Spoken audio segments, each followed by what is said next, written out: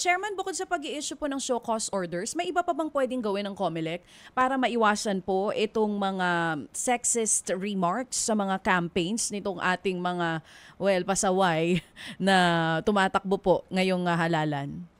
Yan naman pong show cause order, Ma'am DJ, ay pagsisimula lang. Kasunod yan, maaaring disqualification na petisyon na o kaso and or election offense, kasong kriminal. Harap at harap sila, tapos na eleksyon o bago mag-eleksyon, ay kinakailangan harapin nila yung kaso po na yan. Mm-mm. Sa bandang huli po talagang hindi mo mapipigilan.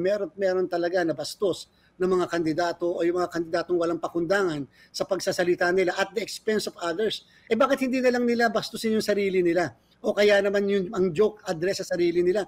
Wala tayong masasaktan kung sarili natin ang ating pong joke o Oo. papastusin na ganyan. Pero yung ibang tao na walang kamuwang-muwang, ano po ba naman ang muwang ng mga single parent? Dapat Oo. nga natin ipagpursigi yan sila parangalan dahil sa kanilang katayuan ay nakakapagpalaki sila ng mga anak, nakakapagpatapos, nakakapagbuhay ng pamilya. So dapat hindi natin hinahamak yung mga katulad po nila. Oo. Chairman, paano minomonitor ng COMELEC yung mga ganitong klase ng issue? Meron ba tayong team na strictly for monitoring lang nitong mga sinasabi ng mga kandidato natin sa campaign sorties nila? And kung sakali na wala, nag-aantay na lang po ba tayo nitong mga halimbawa na upload on social media bago yung aksyon?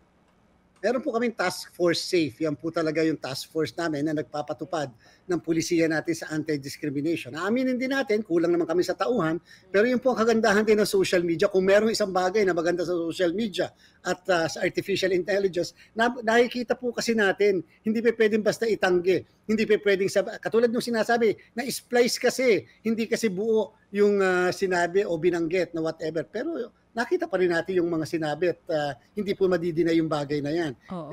Hindi na kinakailangan ng affidavit dyan Hindi na kinakailangan ng may manunumpa. Dahil to see is to believe naandyan Bakit the best evidence is the video by itself. Kaya po, mas madali na ngayon sa part ng COMELEC yung magkaso, magdemanda at mag-prosecute ng mga violator.